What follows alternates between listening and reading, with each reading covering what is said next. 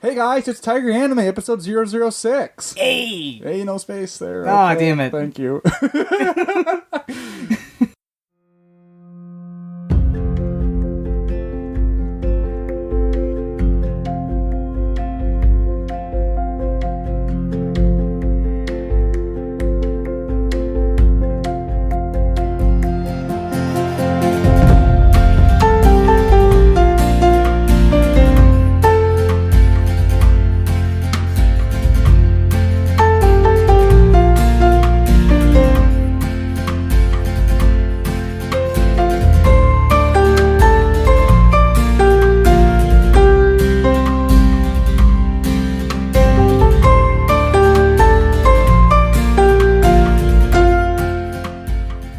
Well, welcome again to another episode of Tiger Anime. My name is Arash. And I'm Jay. And we're here sinking our teeth into everything that is anime and manga. And we hope you enjoyed the show today. Yeah, today. Today, because we actually have quite a bit to talk about today, surprisingly. Yeah, so actually the first thing is mics. Yes, mics. We have, if you've noticed, our sound quality is probably much, much better. Hopefully. Hopefully. But that's where you come in. Yeah, because a friend of mine got me he borrowed one of our old mics a couple of years ago now. Lost it. And then he lost it. And then as a repayment for it, he bought one of those snowball mics. But it was the Yeti one. It was the Yeti one. Nicer one. Yeah, which is like... So he graciously gave that to me, and I'm like, yeah, I'll totally figure out how to use it. And then I looked at it, I'm like, oh, it's a USB only. Yeah, because we actually have a soundboard. Yeah, because I actually have a soundboard, so you need auxiliary cables in order to get it to it, which is analog, and it's technical stuff. It's a lot of technical stuff that you're good with. It's how we record, and so like, oh darn it, so I ended up returning the mic, bought an Amazon gift card. I'm like, okay, what other mics that I can get? And then I saw these are MXL 770s. They were on there normally $190, and I got them for $86 Yeah, each. these are super nice mics. Yeah. I walk into this room, it's like, oh, geez, it's almost professional. Almost. Except for our crappy table. Yeah, we have a really crappy table, which we need to get a bit better one. And eventually we're going to get a less crappy table. Because I feel like we'll always have a crappy table. We'll always have a crappy table. That is a mandate. Yes. Must have the crappy table, because that's what makes Tiger Anime is a crappy table. Crappy table and just everything else in general. Yeah, everything else in general.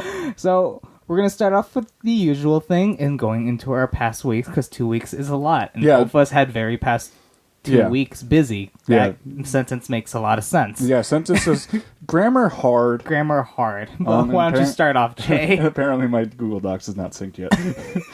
Great.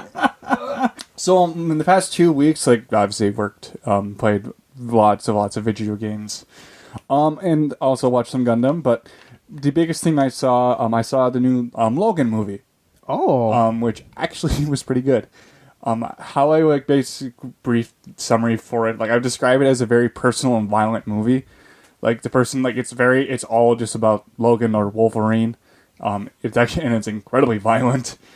Very gory. Well, it was rated R, wasn't it? Yeah, it was rated R. Like, people, like, what's one little girl, like, at one point comes out carrying someone's severed head. Nice. Yeah, it was really good. I actually recommend seeing it. The only, like, there's a few, like, story problems that, like, I kind of had to let go, because it's like, okay, and apparently it's very common. It was very comic book storytelling for it, and it's just something I just wasn't used to. And so it just took a little while to grasp everything, because like they were laying out information very slowly throughout the film. But by the end of it, I understood everything, so I could enjoy it.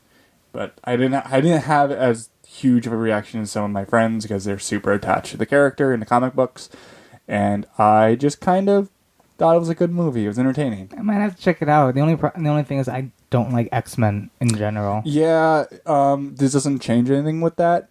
But it is very, very grim, and is really worth it to see Professor Xavier just swear like a sailor. Oh, he swears constantly at Wolverine. It's fucking great. And then I'd say the next thing that I did, I finally got my copy of Under the Dog. Oh. That finally came in the mail after 2.5 years after the Kickstarter. Nice. Yeah, it took a while. It's sitting right there. I see it. Yeah.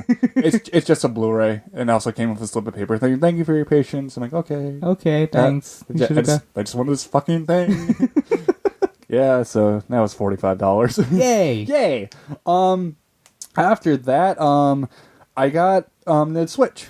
Yes, you Yeah, did. so you got the Switch. Yeah, I got it I'm right jealous. here. And it is beautiful. It's very pretty. I have had okay. First off, I've loved this thing. Yeah. It's actually it works as advertised for like putting into the dock. It goes straight to my TV, and I pull it out, and then it whoops. So it does what it promised. It does what it promises. You can remove the Joy-Cons, which he's doing right now. He has it right now. Yeah, right now, and it's great for an audio podcast. It's mainly for him for Arash to see, but it does have a kickstand. So it is kind of like a tiny tablet, basically. It is basically a tiny tablet with and then like the SD card is right underneath the micro SD card goes right underneath the kickstand, which is something I didn't know before that. And then the game cartridges are super tiny. Oh, these are smaller than. And he has not licked it yet. I've not licked it yet. Really disappointed. I don't want to lick it. I don't want that taste in my mouth. I will let other people lick it, and then I will. Well, not your games, but yeah. Like, I already offered to lick it. Yeah, and you're not going to lick it. For those of you that don't know, Nintendo apparently said that they put some kind of bitter-tasting chemical on it or something like that. The most bitter-tasting chemical in the world. Yeah. Onto the game cartridges to prevent choking from small children and grown-ups to lick. But unfortunately, when you say that, then you have people like me that like, I want to lick this thing because I hear it's gross and disgusting, and then like, you're fucking weird. But no, but overall I love it. I prefer playing with the Joy-Cons on the, like, they give you a little dock to just holds it. To kind of make it just a tiny controller. To have a controller. I prefer holding it that way because my hands are a little bit too big for it. So when I play it in portable mode like it is right now, the muscles between my thumb and my pointer finger start to strain and get really hurt. Ooh. I had the same problem with the DS actually because you have to hold it with like basically your thumb straight and then click the buttons and also move stuff, and that's very painful for me. After long hours, I have to hold it weirdly to get my thumb up and out, and so I can't do that with the Switch very easily. And so like I've had to like hold it weird places. I could just remove the Joy-Cons from it and then play it like that. That's a little bit more comfortable. But I need to buy a stand for it to hold it onto so I can plug in the charger too, because it's like a 2.5 hour battery life. Yep.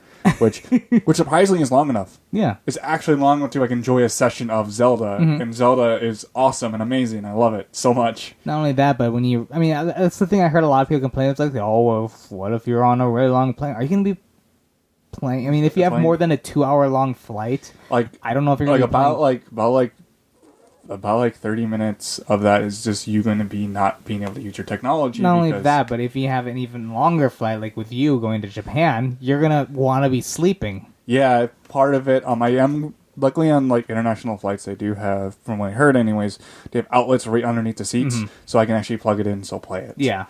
I'm debating whether or not to bring the controller grip with me, so that I can, so that my hands don't hurt on the flight. And at some point I should sleep, even though I might not, but whatever. Get some sleeping pills at the airport. I have sleeping pills, and so I've been bringing those. Yes, because I can imagine all that jet lag, especially with people like us. Oh gosh, yeah, that's gonna suck.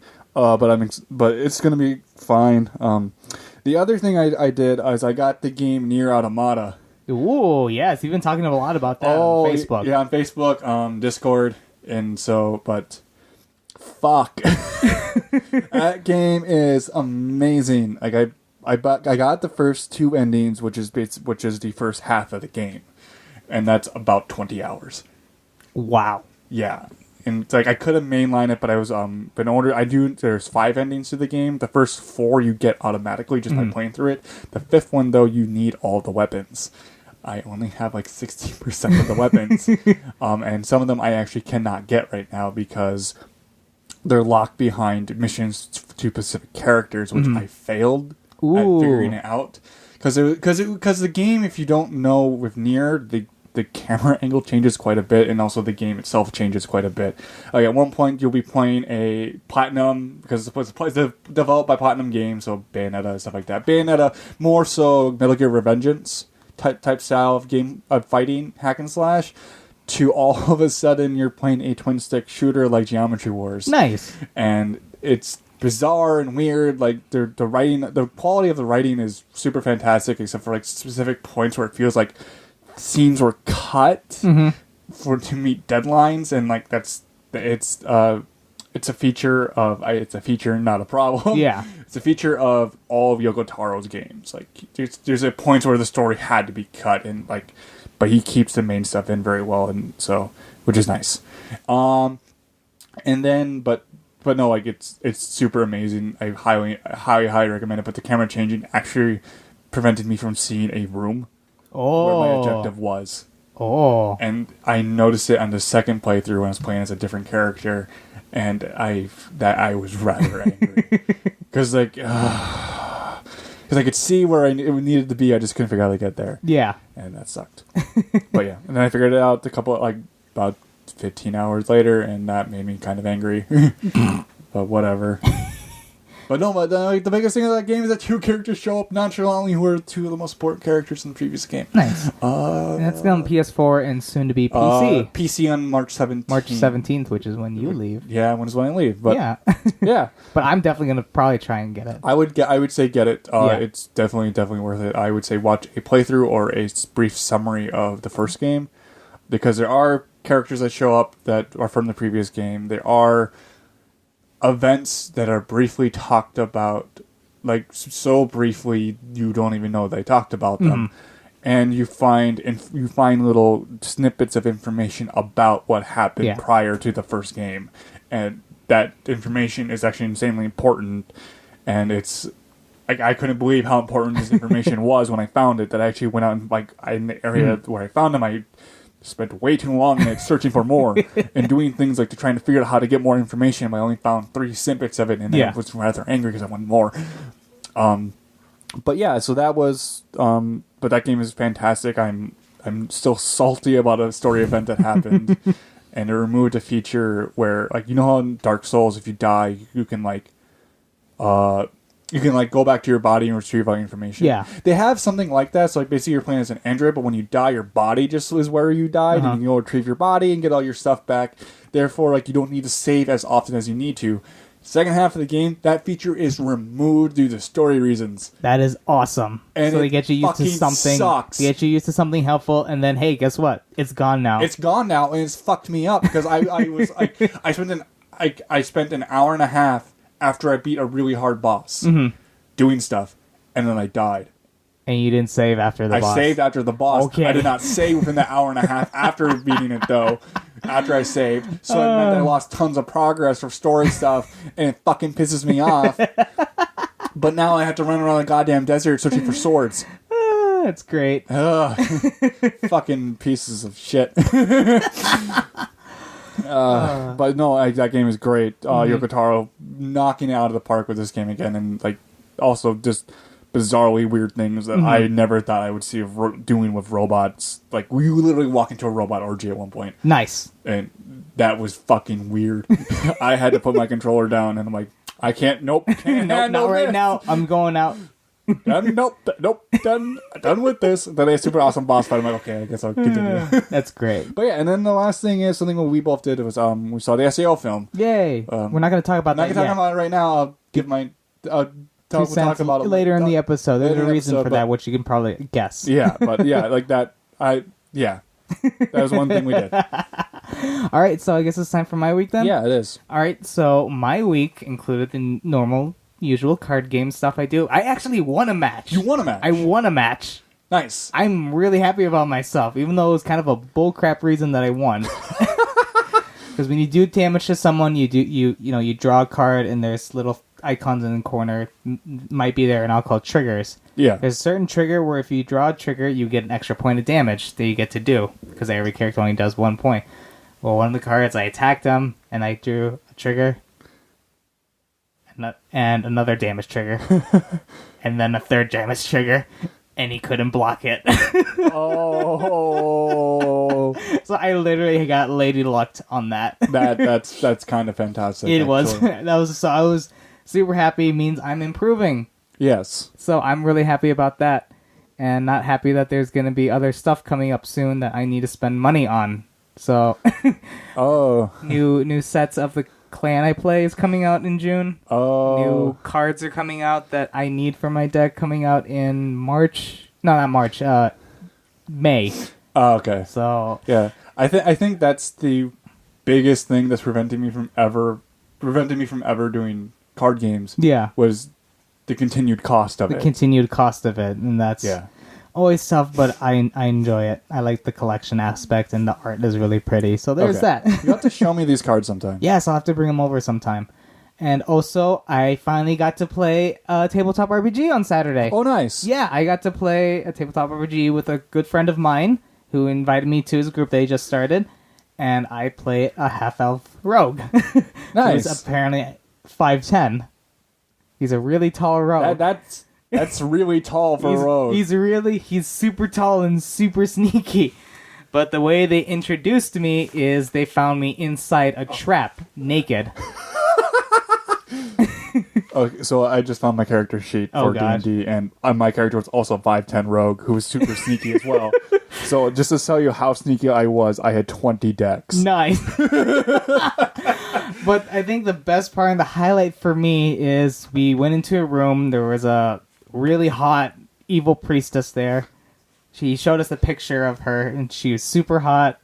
And we defeated her, knocked her unconscious. One of the other players woke her up and, asked her about what's in here, and then said, also, I want you to be my concubine.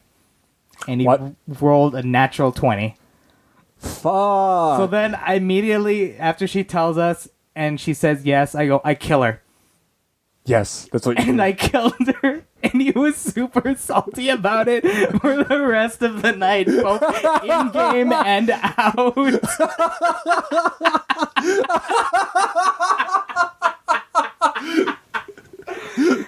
And also, so we had another player also coming in later, so the trap that I was in, I reset it. Oh. And he fell right in it. So there was that. So that's a good introduction for my character, too. Yeah, that's actually fantastic. Yep, so there's that. We're going to be continuing every Saturday. You're basically a shitposting rogue. I'm a shitposting rogue who has very low charisma, but I like to think that he thinks he's sly with the ladies, so... That's great. That's actually fantastic. I am super, I'm good at getting the ladies, but in reality, he's super bad. He's super, just like me. But no, D&D is fun. It was actually tabletop. Pathfinder. Yeah, let's say tabletop. Yeah, tabletop games are in there, which this makes me really happy for when we start our D&D group. Yeah, that'll be super fun. So, especially because we have one of our players is coming in from Georgia to go, and that's one of our things is we're going to sit down and actually play it in person. So yeah, I'm excited about that. That makes me I feel more comfortable as a potential dungeon master, because apparently I'm the dungeon master of everything. Obviously. So I'm excited for that. I would always, and for my first session, I'd always recommend go out and just play a tabletop RPG. If, it gets you out of your comfort zone, I get to meet brand new people who I'm now talking to, actually. Nice. I don't get out of the house much, so this was, it was different. But luckily, since I can actually say I have a failed acting career because I've auditioned for commercials. Yeah. So bringing that old part of me back from acting, which I used to really, really enjoy, I was way more comfortable role-playing than I'm sure other people probably if they started. Yeah, I personally felt it was a little weird. Mm-hmm. It was just because it was something I'd never done before, and I've only the only time I ever acted was in an elementary school play and stuff like that. But no, it's fun. It's really fun. Oh, it's really I fun. wish I could do it more, but the group we were doing with, we got so busy. There's no way we were able to actually do it. Yeah. So I'm excited for that because I get to go back to some of my original roots, which was acting. So nice. I'm excited about that. And then, of course, the last thing is a Sword Art Online movie, which we will discuss later. So that's it for our past weeks. And from here, we're going to move on to what anime we've watched in our past weeks. Yeah. So start off, Dragon Maid had its probably one of its best episodes. Like I don't know, like I love how with Dragon Maid, like basically like we have this like super seriously funny stuff. Sometimes like the sexual jokes are a little too much, especially with the big boobed lady. Yeah, I forget her name, but like one of the things like it's just like the idea of like family. That's what I was thinking. Like it's like family, like being like accepting of like different people. This resonates really strongly in that show. Accepting also circumstances of people. Yeah. To understand why they can't do things for you, even though it means so much for you. Yeah, like I love this show. Like this show does really good with the amount of comedy it does. It's a really comedic show, but it's also a very heartwarming show, yeah. And that's what I love about it. And I think like the best thing about it is like I love that Kiyomi Annie is the one who's doing it, not because generally with like a studio it's like you can't judge the product of the show itself typically, especially if it's based off a manga, off the studio. It's generally like who's directing it, who's writing it. Yeah, like that can tell you more about it than the actual studio can. Kyoto Annie is the exception to that rule because like they have the only thing they outsource to like other things are some writers and music. That's it. Everything else is in house. The directors work for the studio. The animators work for the studio. The in-betweeners work for the studio. Like all of them are there, and so like so the fact that they have is like very cohesive group of people working on it means that the quality of it is going to exhume a certain type of what's the so like basically like a certain like view of like art. Yeah, because when I hear the name Kyo Annie, I think of a lot of the stuff they've done in the past, and it makes me happy because a lot of their shows in the past has made me happy. It's what got me into anime. It's even if I didn't start off with Kyo Annie, knowing the quality of the shows and some of the things that they do, if they'll take an issue and they'll make it work and they'll make it hit you harder than I think with any other studio would do. And like a lot of the things is like Kyo Annie more than any other studio, in fact more than most production houses in the world, they're very concerned about the moment. There's this guy on YouTube called Under the Scope Reviews that has this entire like 16-minute video about Kyoto Animation and how they approach a project. And he said, like, the stuff that they do, they're some of the only people who actually used animation itself to tell you more than words ever could. So much of that was done in the latest episode of Dragon Maid, especially like in the really, really tiny moments. And like it's something that you don't get from just looking at a show. It's something that you only get from actually watching the show itself. And it's like so that's why I love this show so much. Yeah, and I think that also is, like, the example I can give is Lucky Star. Lucky Star is the only thing that's ever gotten me to think about the positives of high school life, for me at least. Yeah. Like when I look back at high school, most of us can probably say that high school kind of sucked. High school ain't no High School Musical, ain't no, hey, high look at all. High school was a fucking nightmare. It was a nightmare. But the show Lucky Star and hearing all the characters and the way they interact with everything, it's the only one that makes me think, high school did suck, but there still was a lot of good moments in there too. Yeah, like when I think about like high school, I think about my teachers, and about all the things that they did for me. And especially with the teacher character too in Lucky Star. Yeah, they did her really well. How she interacted with the students, even though she reacted to Konata obviously violently because Konata is a lazy piece of shit. Yes, but at the same time, they played an online game after school, and she actually was helpful a lot of times too. Yeah. So, but yeah, then the other thing, did I watch the recent Aka? No, I didn't. I didn't watch it. I have till tomorrow. Did you watch? I didn't watch today's or yesterday's episode of Time, the episode 9. I watched episode 8 of that, and it was the one where introduction of something at the end of someone you thought was dead. Yes, that's the one I watched.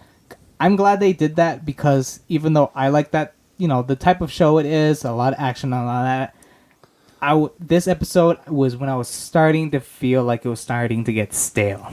Ah, okay. For me. So, yeah. So, this timing of that episode was perfect for introducing...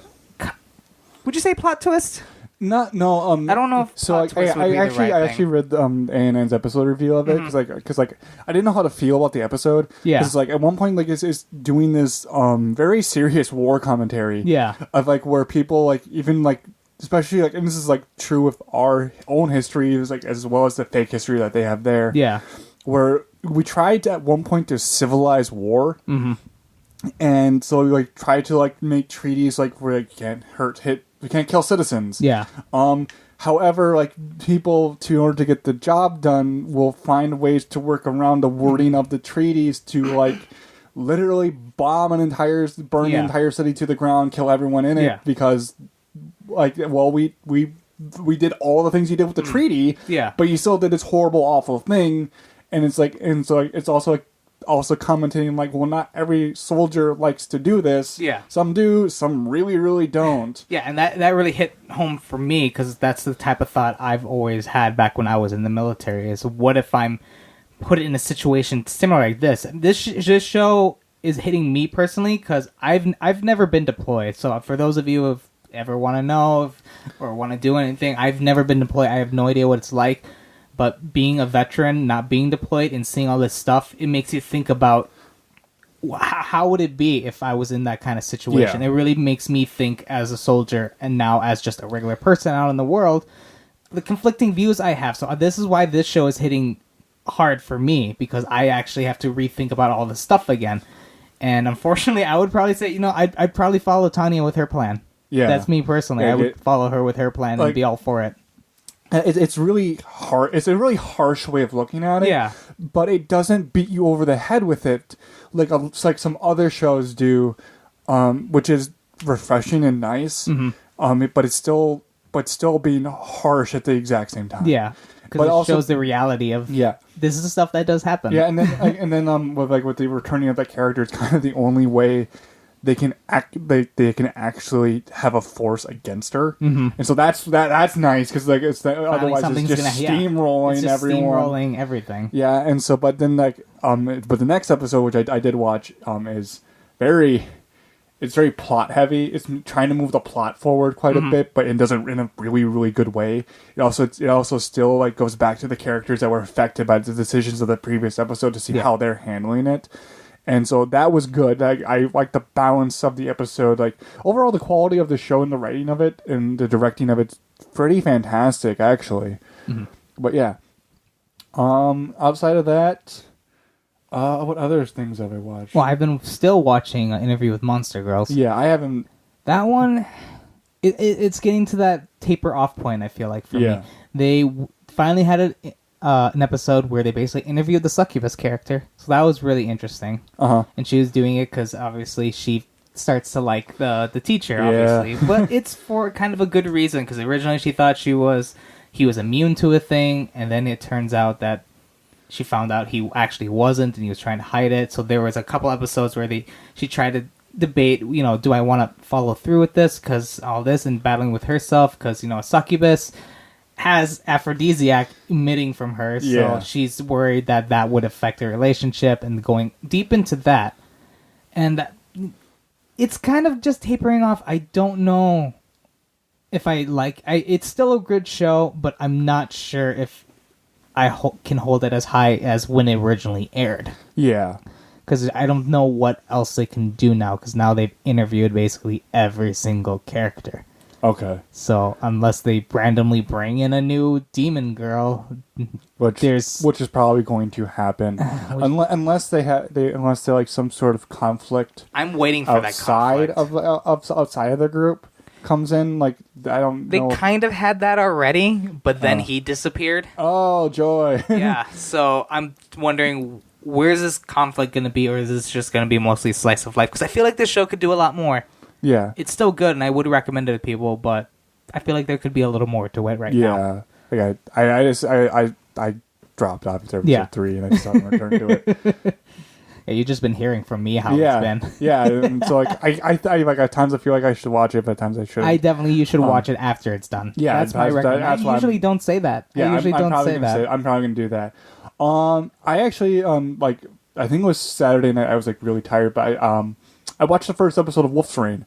Oh, so yeah, that's an older title. Yeah, it's from 2003, original by Studio Bones. I was kind of irritated because Funimation only has the dub up and Crunchyroll doesn't have the subs at all. That's weird. Yeah, I know, it's a little weird because like Funimation's pushing their dub content a little bit too hard with that, and I really want the subtitles for it because like the dub is serviceable. In fact it's pretty good for a dub. However, I don't like Johnny Young Bosch. Mm-hmm. I feel like he does the same voice for every single character he ever does, except for Vashta Stampede. Yeah. I just don't care for him, and he's the main character. But that show is intriguing in a way that I haven't seen in a while. Mm-hmm. From I heard from reviewers and stuff like that, it's very apocalyptic. Yeah, and that shows like right away in the beginning, like right away, like it, and it's also not afraid to kill people really quickly. like kind of like Attack on Titan. No, like not that bad. No, like way more like subtly. Like all of a sudden, like a character is like you can tell his personality like right away. All of a sudden, he's dead. Yeah, and like people like aren't afraid to like kill each other and stuff like that, and like it's really interesting. And like I don't know if someone's commented like I don't know if like the people like in it the wolves are like magic who can turn into people, or just people are just really easy like or don't see the wolves as wolves but as humans instead. Yeah. It's a little weird because like the camera work kind of just the camera work like doesn't give you a whole lot to go with. So like, but my perception of what the camera is telling me is that it's wolves disguised as humans. Oh, okay. Yeah, that's my perception of it because it's how the camera is working. But there's also like one point they're as humans, and then up on the wall the shadows are wolves. Mm-hmm. It's like I don't know. I'm gonna have to give that another shot because I watched that a long time ago. Yeah, I need to watch more of it. Yeah, it's only like 6 episodes, isn't it? No, it's 24. Oh, it's a lot longer than I thought it was. Yeah, it's like a 24, 25 episode series, and so yeah, I want to see more of it. I might just buy the Blu-rays just so I can get the subtitles. Yeah. Yeah. And it's kind of weird for Funimation to just do a dub only on their site. I don't think it's weird. I just think it's kind of stupid. Yeah. But anyways, speaking of stupid, we're going to be heading over to the news. Yeah. I don't know how that's a segue. That's the worst segue I've heard in a very, very long time because it just made no sense. Because speaking of stupid, like what's going to go into that? I don't know. I thought it sounded good in my head. Yeah, but as soon as it came out, I was like, and now it's forever saved in recording. You're going to keep that in, aren't you? Yes. Oh, god dang it. So what have you got for us for news? So yeah, because I'm the one who finds the news. Now. Yeah. You are. So the anime about a woman in a relationship with a priest will have 5-minute episodes. It is entitled On a Lustful Night Mingling with a Priest. That's a great title. Yeah, it's a great title. I can't say the Japanese is one of those it's a little bit too long ones that they usually have. But like I'm excited for this because it's a more mature shoujo manga. Uh-huh. And I kind of want to see it. I'm also kind of happy it's only 5 minutes long. Yeah, I feel like that's a good amount of time. I like animes that do a little shorter just because the topics are usually you can't sit there for 24 minutes about tiny cat girls like I am. Yeah, it's also like for like I can't understand what my husband been saying. Those 5-minute episodes work in its favor quite well. Yes. So the jokes have to be super fast, and that's really nice. Because I wouldn't be able to sit through that for forever. But I think the biggest news, this is the biggest news for Gundam fans, specifically Gundam Wing fans. Right Stuff is going to be releasing Gundam Wing on Blu-ray and DVD this year. They also announced that they're releasing Gundam Thunderbolt on Blu-ray and DVD, as well as Gundam... let's see, I had it up on my computer. You had it and then you lost it. No, it's not lost. It's just right there. Right there. So MS Igalo, Somobusu Gundam Igalo is also going to be released this year as well. Ooh, a lot of Gundam. Yeah, a lot of Gundam. Like Gundam 0083 comes out this year. Gundam 8th MS Teen comes out this year. I think like next month. And there's like 1 or 2 other ones that come out. The day Gundam dies is the day anime dies, I feel like. Yeah, the day Gundam dies is the day anime dies, which it will never die. Because have you seen those Blu-ray sales? No, I haven't. Like, on average, over 15,000 for a Universal Century Gundams. Jeez. Yeah, it's fucking nuts. Like, Iron Blooded Orphans is doing okay. It's getting about like an 8,000 to 9,000 average, which is profitable. Yeah. And then you have the toys, which are insanely profitable. I have 2. Yeah. The models are fun. The models are fun. But yeah, so that's going to be super nice. And I actually was watching quite a bit of it. It's angsty as hell, and I love it. For Berserk fans, Kentaro Mimura, I butchered his name. God, probably. Mimura-san.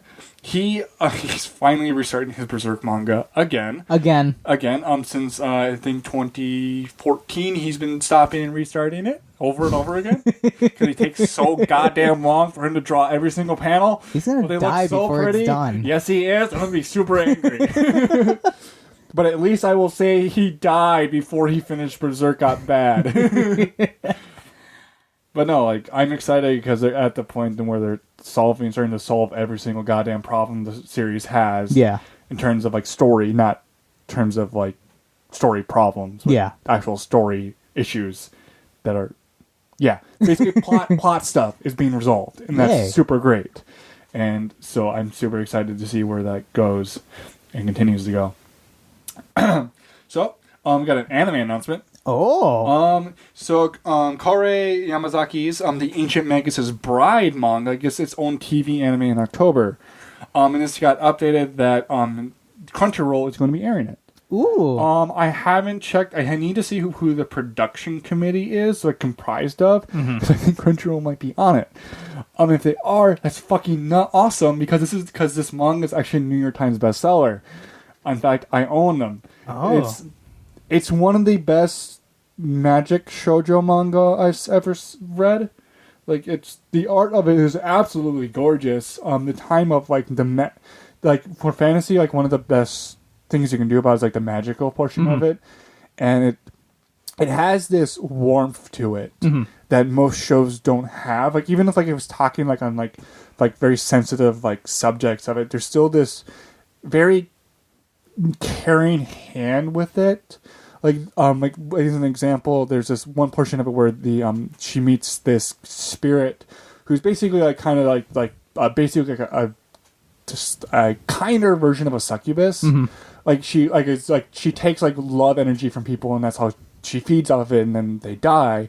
But she ends up falling in love with this person who she's attached to, and so it's just this very caring way of approaching that. How do you approach this thing, to approach the situation, and while also exhibiting this thing is supposed to be a symbol of sex, but also very caring as well. And it's, I don't know, I loved it. I love the series. It's one of the few series that's ever dealt with death in a very mature way, and it's really check interesting. that out. Yeah, I unfortunately I'm borrowing the volumes to someone else at the moment. Otherwise, I'd say, hey, borrow it. And it's going to be 2 cores, so 24 episodes long. Ooh. So which I am super excited about, because that means they can take their time. Also, there are OVA series that are on Crunchyroll. Actually, I think I have those on my queue. I just never watched them. There's 2 of them right now. It starts in I think it takes place chronologically in volume 4 or 5. But so there's a few things that they don't ever talk about because you should know. But they're 24 minutes long. There's 3 of them. 2 are on Crunchyroll right now. The 3rd one's going to be coming in a couple months. I recommend them. The atmosphere of it is incredibly gorgeous. And doesn't take place in Japan. It actually takes place in London. Oh. Yeah. So Funimation, some more news. Funimation opens Your Name ticket sales. Oh. So yes, we need to see this. Is it coming here? Yes. It's actually at the Brooklyn Theater we saw SAO at. When? April 7th. I'm gonna. Ooh, that's the day right after my birthday too. So I might. I'm gonna have to treat myself to a birthday present for that. Yes. We need to see this movie. Yes. So they also had an English dub trailer on it. What's really cool about this English dub is that the original band who did the music is redid the music in English for the dub. That's cool. That's really cool. I am super excited about that. So I don't care whether or not we see the dub or sub. I just want to see this goddamn movie. I do too. Because I've just heard nothing but good things about it. Moving on to some other news for Overlord fans, the TV anime is getting a 2nd season. I'm doing a little dance right now. Yes, he is. Super hot. Happy. Hoppy.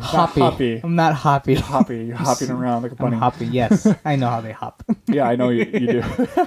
But so this was announced during the screening of the second compilation film for the anime. So to be honest, I kind of saw this coming.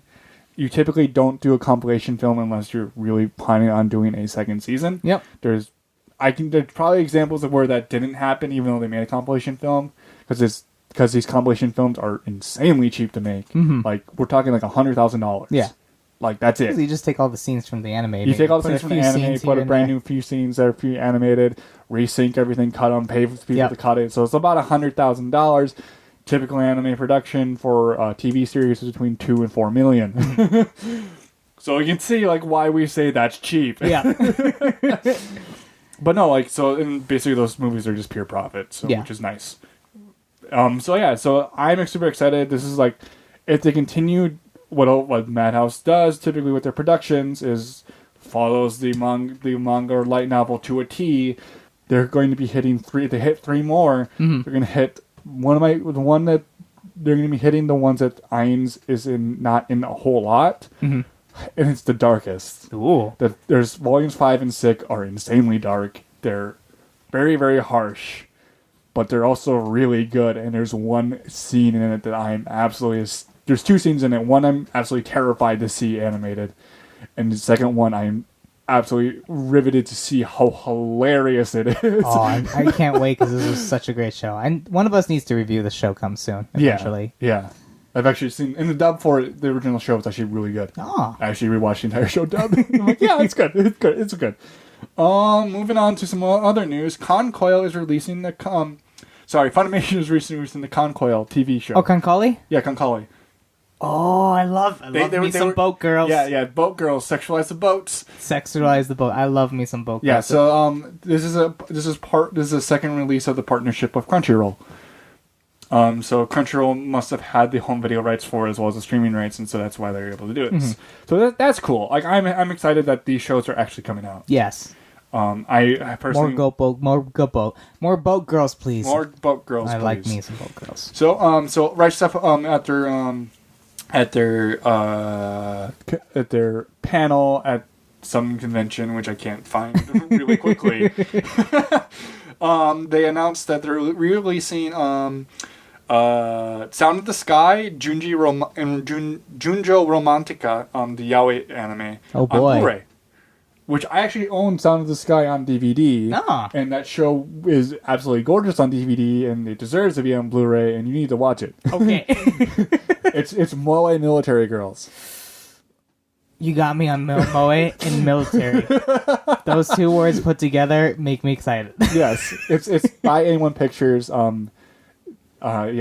They do a sound motif of Amazing Grace a little bit too much, but it's still really good. Yeah. Right? So still highly recommend it.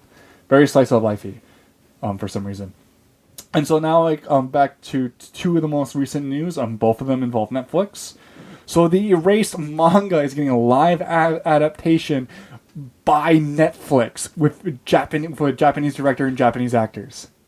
And it's going to premiere this year in 190 countries. That is awesome. I am ecstatic about this. Because when I heard live action and Netflix, I started to get sad. But then you finished everything and I started to get happy. Yeah, because I'm assuming that it's still going to be the really dumb J-drama stuff that they normally do. You gotta do it like that. Yeah, but they have casted child actors to play the younger versions of the characters, which is awesome. I am super excited about this. I enjoyed Erased quite a bit. I think Erased is probably the only one that I think would be fine in live action. Yeah. Yeah, because you can totally do that in live action. They didn't need to animate it, but I'm happy they did. Yep. And then the last thing, this is what I am super excited about this. The Godzilla anime is going to be on Netflix. Oh, jeez! I am so excited about this. It's the Godzilla film that's being written by Ken Yorobuchi. I'm so excited. You have no idea. Oh, I am super ecstatic about this. Oh, I don't care. It's being done by Polygon Pictures. So, really quick story for when the last American Godzilla movie came out. So I'm sitting there, we're watching it, I'm sitting with my wife, and then when Godzilla opens up that creature's mouth, I'm like, he's gonna do a laser beam. He's gonna do a laser beam. He's gonna do a laser beam. My wife I can see her looking at me really weird at the color of my eyes. And then he fires his laser beam, and I literally jump off my seat on the couch and just shout, "He fired his laser beam!" really loud. She told me to sit down. I was like, no. No, woman, I will not sit down. I am excited for the lasers. Okay, yeah, basically. I like Godzilla. No, like during to pull off of that. My dad, I saw the movie in theater with my dad. And I saw the corner of my eye there. So he's like, just like a scrunched up. He's like, wait, that's so cool. My dad is such a geek for Godzilla. Oh, it's so great. I'm excited. I'm excited for Netflix. Thank you, Netflix. Thank you, Netflix. I give you a kiss. Mwah. Mwah. So from news, we go into our reviews, which you are starting. We have kind of a theme today. What is our theme today, Jay? So coincidentally enough, we saw the SAO movie, and I finished Volume 2 of The Isolator. Both of them were written by Riki Kawahara, the author of Sword Art Online, as well as Excel World, in this book. Yes, and then in this book, and this is his yay. So, but to be blunt, I had a hard time figuring out how to start this review. Riki Kawahara has never been a particular favorite of mine. His dumb science and flat characters always seem to push me away, while his worlds admittedly were pretty fucking cool. So finding out he wrote The Isolator after I had already bought it filled me with a bit of dread. Like I really did not, because you told me, like, he's like, hey, it's fucking kind of hard. I'm like, You're so mad. I was so angry, but then we went out and bought the other 2 volumes. So however, that sense of dread turned into surprise and kind of admiration of his growth as a writer. But before I get into that, I had to do like a kind of a brief summary of like the world setting and the plot for the books. So, the Isolator's plot is a very simple one, but simplicity works in its favor most of the time for this series. So 3 months before the start of the story, people were visited by strange, like very specific small number of people, were visited by strange small orbs from space called Black Eyes and Red Eyes. Both give powers based on the strong feelings or personal struggles of the person they reside in. For 2 quick examples, one person lost most of his teeth, so he was given the ability to bite into anything, like including like steel, concrete, and stuff like that. And another was given the ability to find an answer to questions where there is one.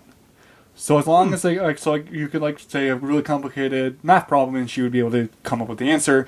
But in terms of whether or not blue or red is a better color, she can't give one. Yeah. The eyes also enhance physical strength, and one sentence making them into kind of like a superhuman. Like if you didn't realize that already, and so the last thing of note for the specific eyes and stuff like that is that the color of the eye not only affects the power but their personality. So if you have a black eye, you get all the benefits of having these powers with no effect on your personality. However, but if you have a red eye, you become a bloodthirsty murderer because it's red. But the sheer variety of the number of powers that you can come up with just for these very basic rules is nuts. And Riki Kawahara, for the most part, keeps these powers very simple, very one thing. You only get one thing on it, but even with those rules, he's able to expand on these powers and keep it within it in those rules, which is brilliant from a writing standpoint. Yeah. He's able to do this.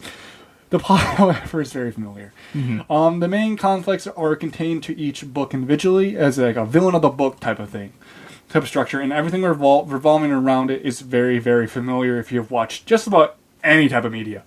The bad guy, a red eye, will be killing people, and it's up to the secret government organization full of black eyes to stop them. They have a super secret hideout complete with a super smart scientist, an unmarked black van, and a head who's a government type dude. Like, he keeps it very, very simple. God, yeah. Yeah. It follows a very tried and true method of presenting the story too, so it really isn't something to write home about. One thing to note, though, is that the books are full of really dumb science explanation for what is going on, and for the most part, you kind of just have to accept it at face value or just gloss over it.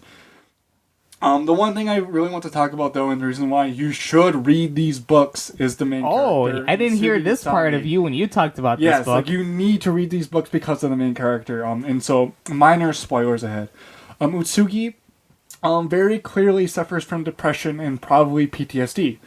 When he was young, his family was murdered, and he only survived to his older sister literally shoving him down into a floor cupboard, putting some rice over it, and then she told him to basically, hey, just keep on counting. When you hit 1,000, I'll get you. Mm-hmm. She never does, and he hit like 3,500 something before the police found him. Mm-hmm. And due to this trauma, he's developed a complex of not wanting to make memories or be in people's memories. Mm-hmm. And how he does help him like remove and forget is that he goes on a 10K run every single morning. And so he has almost this desperate need to want to be isolated from everyone in the world. It's not outright mentioned in the book, but it seems like that he has either even attempted or at least have come very close to attempting to commit suicide. His thought patterns are those of a person who has self-hating, self-deprecating mindset, and hit very, very, very close home to me because I've had these exact same feelings. Mm-hmm. But I just wanted, like, this review is kind of short though, but yeah, I just want to give you, I just want to, because you have to experience it. Mm-hmm. Like, if I were to explain everything and it just ruin it, like, you wouldn't like experience like the plot twists are dumb, but they're nice.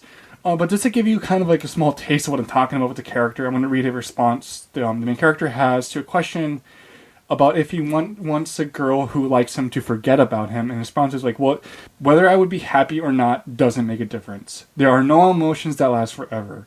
Eventually, there would be something to make this girl hate me. She might even grow to despise me so much that she would want to kill me. That always remains a possibility, so it's better to not have a relationship at all. Mm-hmm.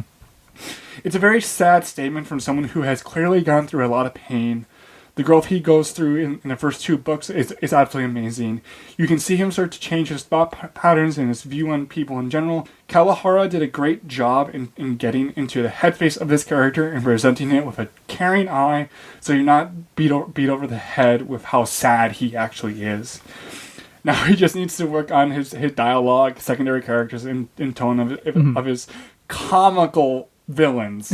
Like, they're actually super comical. Like, he like, but the side characters need some work on it.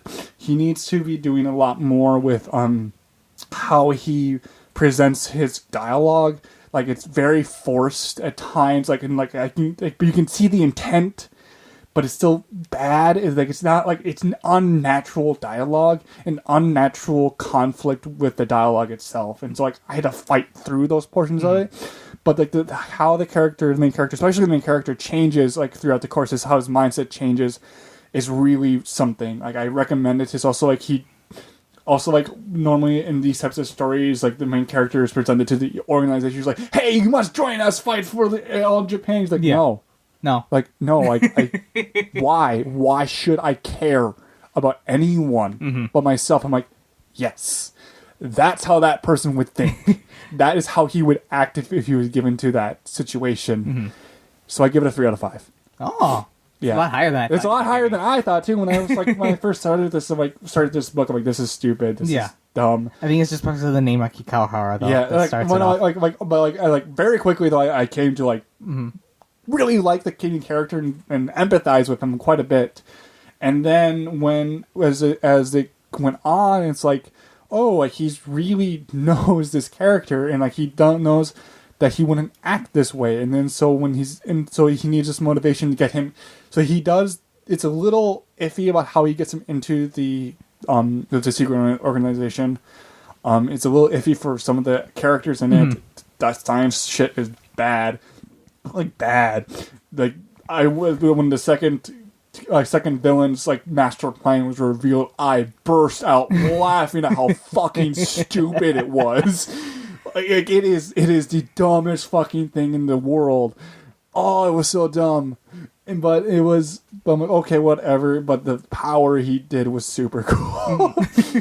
But yeah, so I highly recommend these books. I need to start the third one because the second one kind of just ends abruptly. Yeah. And so I need to start the third one because yeah. All right, and from that we're moving on to one Rekikawa original work to another original work. Yes. I am going to be reviewing Sword Art Online Ordinal Scale, which takes place obviously in the Sword Art Online universe, whether you love it or hate it. But this is Reki Kawahara's an original story. This is not a novel. This is not some side story he wrote. It's an original story he wrote just for the movie. So the movie picks up right after Season 2, basically. A new line of tech has emerged called the Ogma, and it's kind of like a little tiny headset thingy that they just put in their ears. Instead of having a full dive function, like, the nerve gear and the atmosphere that they had, which, you put it on, you lie in bed, and then you lose all your brain function to control your arms and your legs and all that kind of stuff. Instead, it does augmented reality, kind of like Google Glasses. Yeah, except way cooler.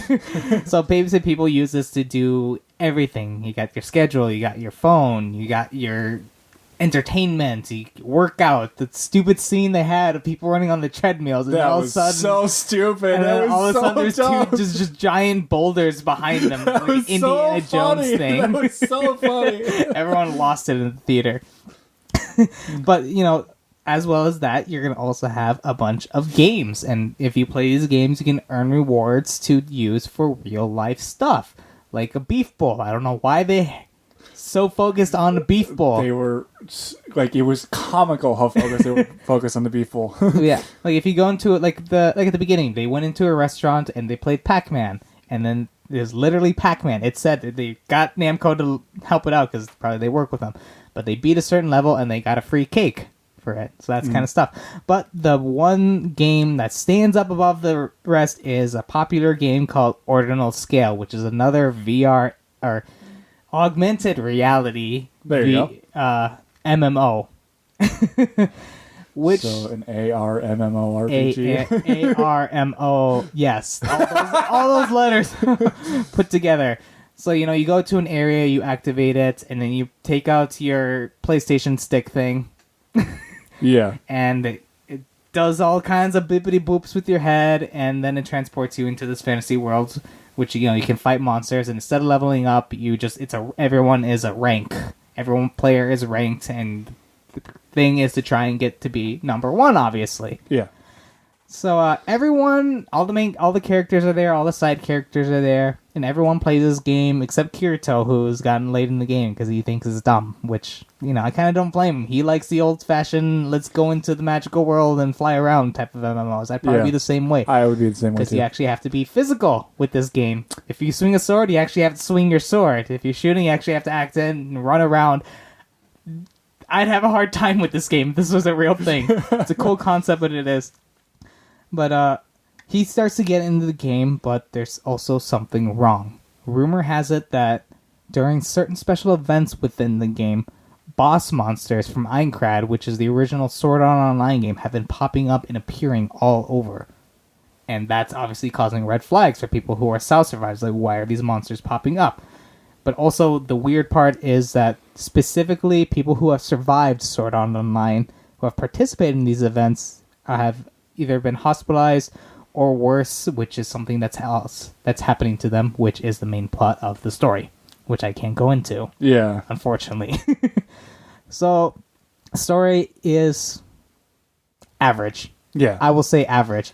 It's very predictable, but at the same time, the way they present it is still fun and very sweet at times. There's times where I was teary-eyed, I will admit, but that's because I'm a little bitch. And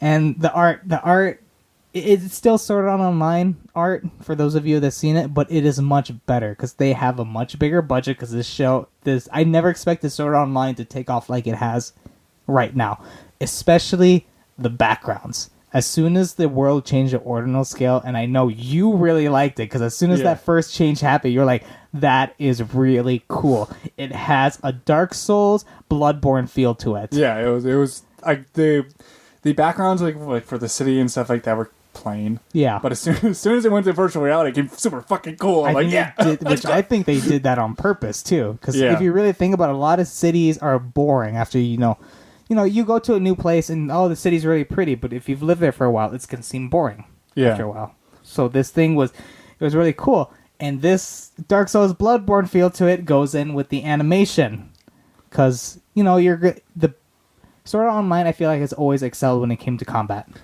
They continued to sell it in combat and still suffered when it was just normal people talking. When it's normal people talking, but damn, did they really show? Look at all this money we have for the combat. So it wouldn't be money; it was just mainly where they were focusing on. That's definitely where they focused on. Because let me tell you, these monsters are huge, and they hit hard. It felt like I was watching them playing Dark Souls because of how hard everyone got hit. Yeah. Like, these people are just getting wrecked just left and right, and it was like, oh, I don't want to be a part of that, because when I first saw Sword Art Online, I was like, I wouldn't mind being trapped in a world like that, even though I could die easily. And then this, like, nope, I'm not even going to touch that. Just like how I don't touch Dark Souls now, I don't even want to touch that. Nope. But I think the story is average. The art, it's good. It's good when places, it wants to be, and then like in other places, like it's just not. Yeah, like, there was really weird framing and portions. Yeah, there was a lot of weird stuff in. But I think the reason this did well is I know in past interviews, Reki Kawahara really regrets a lot of the stuff he's done for Sword Art Online. He's really passionate about it, I feel, and especially with the first 2 seasons, I think really showed him how he's made a few mistakes, and I'm glad that he fixed a lot of the stuff with it too. Yeah, like one of the biggest things for me was the relationship between Kirito and Asuna. That I'm really happy they completely fixed that. Yeah, that was nice. That was really nice and really sweet, and they fixed the thing that even he regrets, which is Lifa. By taking her out of the movie completely. That is not a spoiler because it happens like right at the beginning. It happens within like the first 10-15 minutes. She shows up for the first 10-15 minutes and then is there for like the last 5 minutes. Yep. For those of you who don't know, he hates Lifa. He regrets writing her. He's said that you can really tell how young of a writer I was when I wrote her in the story. Yeah. So I'm really, really happy this movie, honestly, it was really fun. And I'm really happy this movie exists. Yeah. The problem I'm having right now is I'm a little conflicted because I just read an article saying that they're going with the very next arc for the novels for when season 3 happens. Yeah. So the reason I'm a little worried about that is because you can tell that Reki Kawahara is getting better and better with his characters. Yeah. But, like you said with his novel, there's some stuff he still needs to work on. But the only reason I'm worried about this change from the movie to season 3 is because this is still some of his... Season 3 is going to include his older work still. Yeah. So I'm wondering how well it's going to do. If I remember correctly, this next arc is really long. Yeah. Like I think he's still in it, or he just finished it recently. I'm not sure. I need to start reading the novels. I have a friend of mine who reads the fan translations of it, and he's excited for that portion of it. Okay. I think if I read it, I was into the ANN cast for the Sword Art Online movie where they at least talked a bit about it. Apparently, this movie was being made when they were making Erased. Really? And he said like you can kind of tell where they were prioritizing Erased over the Sword Art Online. and he says it's the middle hour of the movie. Like, you can really tell that's where. I kind of noticed the middle hour was a little. The middle hour is very very meandering. Very like autopilot. Yeah, I kind of got that same feeling towards the middle of the movie. Yeah, it's like because like the framing of it was bizarre. Like one time, Asuna's laying down on a bed and a fucking bookshelf is blocking her face. Yeah, and it's like, what the fuck are you doing? Remove it. There was a lot of weird camera angles, and overall, you're gonna enjoy the movie if you're a Sword Art Online fan. Yeah, and even if you hate Sword Art Online, I'd say give it a shot, honestly, because even Jay. I absolutely hate Sword Art Online, and I still enjoyed this movie because it was so fun. It was a lot of fun. Like the beginning portion was fun, the middle portion of it was blah, and then the end of it was super fun. Yeah. Like, it wasn't gross, it was just fun. Yeah. And me, I'm the type of fan that I love Sword Art Online, but I can see where all the flaws are. Yeah. Like, there was a lot of fanboys and fangirls there. A lot. That was funny. That actually kind of made the movie way more fun to see with a bunch of, like, people who absolutely love it. Yep. And then there's, like, me who's like, I don't really care for this, but this is super fun. Yeah. So, Sword Art Online Ordinal Scale, I would give a 4 out of 5, actually. Oh, wow. 4 out of 5 for me. It's way higher than I would do it. For me, being a fan, me looking at it, trying not without the fan lens, I feel like if I didn't know anything about Sword Art Online, I would still really enjoy this movie at all. Yeah. Like, a lot. This was just a fun movie. Like, when I watched this movie, I completely turned off my fanboy thing. I had to, in order for me to try and judge this movie of what it is. I have to do that a lot now. Is if I enjoy something new comes out of it, I have to turn off my fanboy thing to find the flaws, because I know that my fanboy lens will completely overlook all the bad in this movie. Yeah. Which, there was a lot. The science was terrible. The science is fucking bullshit. I don't know anything about the brain or how it works. I'm sitting there going, I don't think it works like that. One, it doesn't. Two, the MRI machine they're doing does not work that way. Like, yeah, it was baffling how bad it was. Yeah. And it's like, my gosh. Maybe you can explain it because it's the future, but if you really think about it, it's like less than 10 years away. So, like, this movie takes place in 2026. I know. So his science is science magic. Yeah, science magic. It's not science fiction. It's science magic. It's literally science magic. It is like they're magicking their way. Why did he just write a fucking fantasy series, for God's sake? Like, literally, most of this movie could have been solved by taking off the device. Yeah. That's literally, all this stuff could have been prevented by taking off the device. Like the entire, even like the entire, last portion of the movie, I'm like, just take off your fucking headset. Yeah. But I really enjoyed it. I think a lot of people could still enjoy it, despite whether they've seen it, love it, hate it, or know nothing about Sword Art Online. I still think this is a movie you could probably watch without knowing much of Sword Art Online. You do need to at least watch the first half of season 1. Of season 1, and then the first arc of season 2. At least to get those two characters. I mean, there's one character from the last half of season 2 that shows up, but they did that as kind of a remembrance. An homage to her, because she was a really well done character. I cried when she showed up, I'll admit. I'm like, oh yeah, it's her. Yeah, it's like, oh, she's super dead. But so there we go. We got what was your book name again? The Isolator. The Isolator is a 3.5 out of 5. I forget. Yep, we'll say 3.5. No, 3 out of 5. It was 3 out of 5. 3 out of 5. Sword Art Online Ordinal Scale, I'd say 4 to 5 if you're a fan of the series, and I'd say 2.5. Is what I would give it. I'd say give it a low 3 for people who have either don't really enjoy it as much or have never seen it. Yeah, $3 is the better. Yeah, because that's an average score. Because I mean, you still enjoyed it, and you hate Sword Art Online. Yeah, it was a fun movie. It's a fun movie. So. I can't iterate that enough. It was a fun movie. Yeah. It was super dumb, but it was fun. Oh yeah.